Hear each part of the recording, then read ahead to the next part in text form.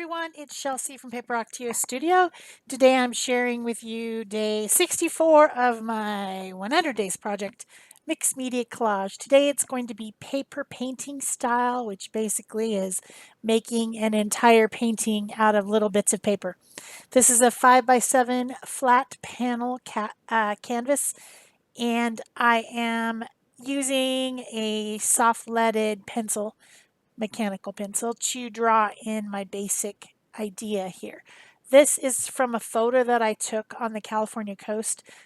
I take a lot of photos of like weird shaped or really textured or I don't know, lonely looking trees. It's a thing. I have a whole lot of those type of photos just because they're interesting to me. This was on the edge of the road, and there's just like a little rocky bit, and then the grayish, bluish sea and sky in the background. It was in a bay, so there was, I don't remember the exact name of it, but there was a bit of a land sticking out on the other side, and I believe it's a cypress tree. I'm not sure exactly, but I'm going to call it that. Artistic license. If it's not a cypress tree, oh well. I say it is. I made it. I say it is. Um, it looked very affected by wind. Like, um, sometimes you'll see a tree out somewhere that really looks as if it's been bent or formed or shaped by the earth or by the water or by wind. Maybe it's like all its stuff is on one side because it's just constantly being pushed. It was that type of a scene, and that just seems really interesting to me. So that's why I took the photo. And what do I do with all these silly photos that I take? Absolutely nothing. I hardly ever even look at them again. I just find them so interesting, and uh, you know, I I want to take the photo and then nothing ever happens, and sometimes they even get lost because I take them with my phone, and what happens with phones, things happen with phones sometimes. You lose everything. So, yeah, that's what it is. It's a tree on a bit of rock near some water with some land in the background. That's what it is. So, drew it with the pencil, and then now I've got different bits of papers. And I've got some here, the ones that I'm using right this minute. It's paper that is made by using alcohol, rubbing alcohol technique, and it's acrylic paint on deli paper with rubbing alcohol, basically. And it's interesting the effect that it has. Alcohol pushes the pigment in color. It pushes it out of the way somehow. And that's why alcohol ink does what it does. You drop a drop of it and it pushes out. It's constantly pushing out. And the same thing happens with just plain rubbing alcohol that you drip into a wet pigment. It pushes. So you end up getting these kind of blobby circular shapes. And I made some of this paper with leftover paint. I put stuff on my palette, and then there's always leftovers. No matter how small of a dot I put on there, there's always leftover paint. And so I end up making, just scraped paper or stenciled paper, or in this case, I was messing around with alcohol and I made this paper. So I got some different colors of it, different mixtures of blues and greens that were left over from something I was painting. I don't even know. But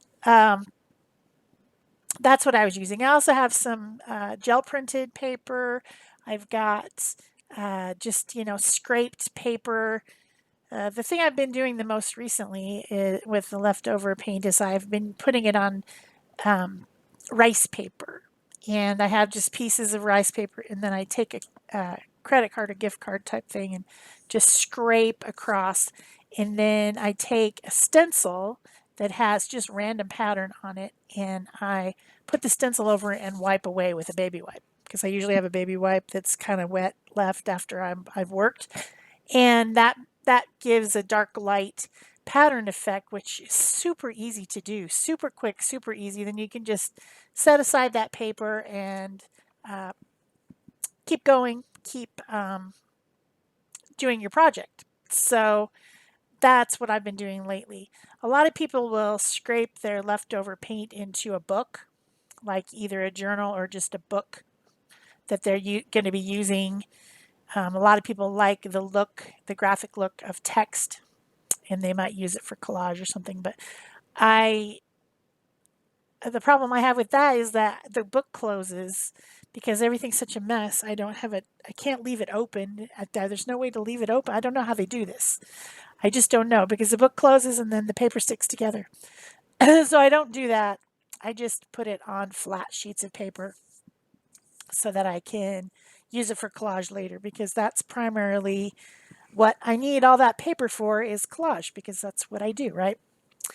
So I'm thinking about the scene and the way things lay out. I always think to myself when I'm looking at water inside my head, if I don't have a picture, I'm looking at water inside of my head. I think that the lightest color should be at the top of the water and the darkest should be at the bottom because if you were in the water, the light would be hitting it and it would be shining down and the top part of the water would be light and then it would get darker as the light fades away as the water gets deeper, right? So that makes sense in my head, but in reality, the way we see water, if it's out in the distance, it's darkest on the top and then it gets lighter as it comes towards you. I don't know why. It's an optical illusion of some sort. Because I know that water on top, but then of course, I mean, it's all perception anyway, because water is see-through. So that we even see it as blue is strange. It's a reflection of the sky or it's a reflection of something. It's not, if you pick up a cup of water, it's not blue, right? So anyway, I have to think about these things when I'm doing this type of a landscape collage because my inclination is to make the lightest color at the top and make it darker at the bottom, and that's not actually how you see it for whatever reason. So I have to think about it. I have to make sure that I don't do it backwards. And I wanted a kind of gray, moody sky, so I used these light blue grays at the top for the sky with a little bit of white patterning in it so that it looks kind of cloudy, gray, moody. And then the land in the distance actually looked purple, which is strange. The Purple Mountain Majesty, only they weren't mountains. I think they were just like, it was just a promontory of land sticking out. But it had shape to it, and I wanted that to be there. So also the shadows on the rocks in my photograph were purple as well. So that's just perception of the camera, I guess. It's not actually purple, but there was a very hard cast shadow on the left-hand side. And then the light seemed to be shining from the right-hand side and making that side of the rocks very light and kind of yellowy orange. And then the dark side of the rocks looked purple. So those are the colors that I picked. As far as papers, I've got some different orangey, yellowy, brown pieces with tan. And I've got some dark purpley mixes. It was a weird piece of paper that had, I think, purple and brown mixed together. That's what happens when you're just throwing extra paint on paper. Even this piece of paper that I'm using underneath my piece so that I don't get my silicone mat covered with matte gel medium will eventually turn into collage paper. In fact, it may have after this. I think I did another project before this or after this, or I don't know. Anyway, it's all running together. 100 days of mixed media collage every single day. It's like, wow, I'm getting a little bit punch drunk at this point. I don't remember what I made videos out of, what I didn't make videos out of. Yeah, it gets crazy. So this is day 64, but I didn't make it on day 64. I made it on probably day 62 or something. I don't even know. And then I have to have time to edit. If I make a video, I have to have time to edit. So I assign it a future date. And then, yeah, anyway. So doing a 100 days project is enough. And then when you throw in doing a 100 days project while trying to make videos and do other stuff and make a class and make commissions and do live streams, and yeah, it's not surprising that I'm losing my mind a little bit. That's okay. It's fun. This type of stuff is fun for me. This collaging type stuff, gluing paper to things makes me happy. And so I like it. I used a piece of, okay, this is black text weight paper, which is weird. Who actually uses black text weight paper? I don't know, because you can't print on it, right? Because it wouldn't work. Anyway, I bought it because I gel print with it. And what happened with this particular piece that I used for the trunk is that I had a stencil and it had white paint on it, on the stencil, right? I stenciled something with white paint and then the stencil still had wet white paint on it. So I flipped it over, pressed it down, and then that is the print of the stencil onto the black text weight paper. It's really cool. I like it. In fact, I think I may have even scanned it and put it in the file in the art drive sharing for our month-long collaboration. I think I actually scanned that one and put it in, because when you're collaging and when you're using this stuff, you do still need darks and neutrals, even though they're not the most flashy of the papers. They're still necessary. I mean, they gotta be. I wanted to make the trunk the darkest thing in the composition because it was very shaded and very dark. It probably was not black, but again, artistic license. If I say it's black, it's black. So then I'm trying to give the impression of this weird, the way the foliage was on the tree. This is kind of an evergreeny type of tree. It seemed to have, at least I think it is, it seemed to have not a lot of leaves, but more like small leaves on branches type things. And it looked like they'd been just blown, continuously blown by the wind, so that they were very flat and spread out. Like you could almost see the way the wind was pushing it, only it seemed to be stuck that way. And that's what I was trying to show in my collage here. I made long, narrow, different parts of green and put them sideways rather than trying to make leaves and stuff or little clumps like I sometimes do with leaves. I'll make more like rounded clumps. But these definitely needed to be flat and as if it was being pushed. So that's how I did the top of the tree. So then I don't want to have this be quite as variegated looking as it is. But I don't want to go crazy with anything. I still want it to look like that, but not as much. I want to tone it a little bit so that when you look at it, you see the tree and the rock and not so much all this different patternage and you know all this stuff. It was just too much. It was all one tone because it was too much of stuff for your eye to see. So sometimes this is what I do, and that's what I did today. It's called glazing.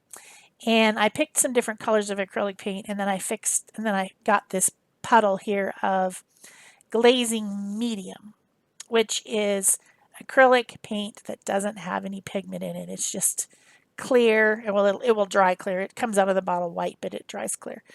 And I mix it to make the acrylic paint more translucent because I want to still be able to see what's going on underneath it, but I want to kind of unify and tone and I guess unify is probably the best word for it, really.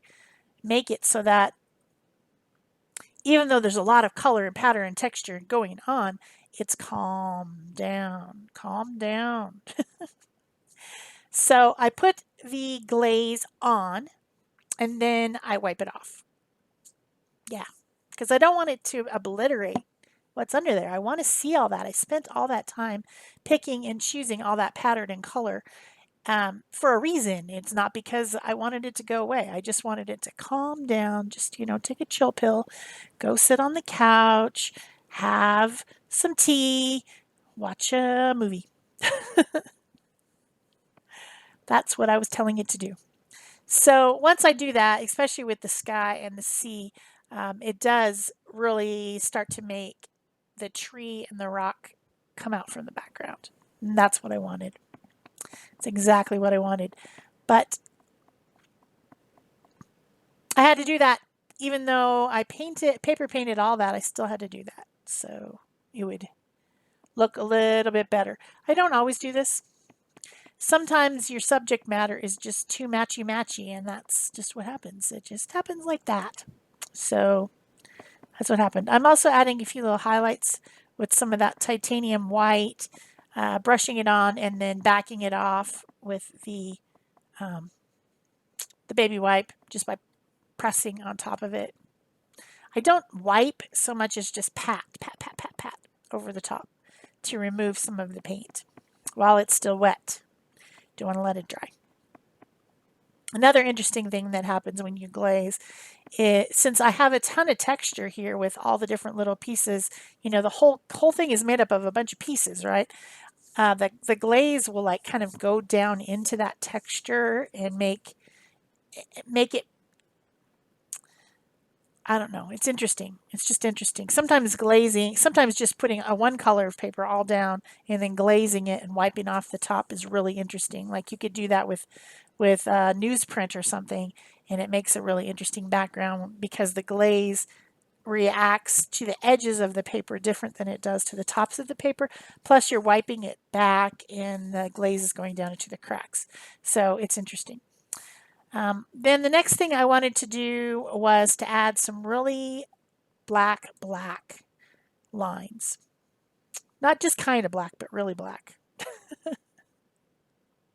So I'm using my Stabilo All pencil, and I'm not so much drawing around everything, although it does kind of seem like that.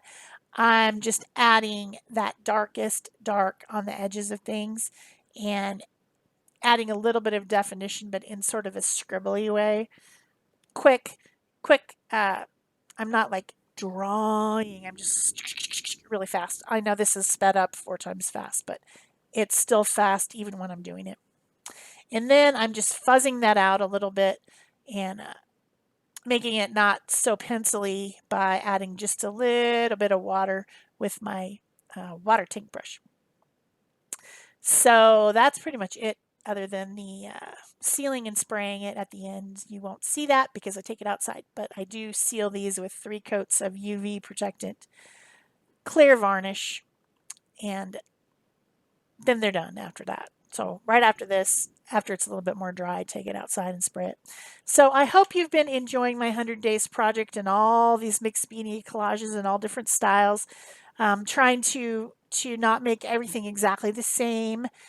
Trying to get a lot of variation going on since it is day after day after day. I do different stuff, different techniques, different styles, different colors, different whatever.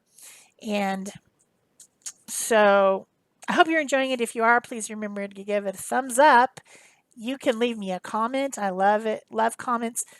You can subscribe to this channel if you like this type of content. And you can share this if you want to on your Pinterest or whatever. All those things really help my channel by helping it grow when other people find me. So that's what I like. Thanks so much for watching. Bye-bye.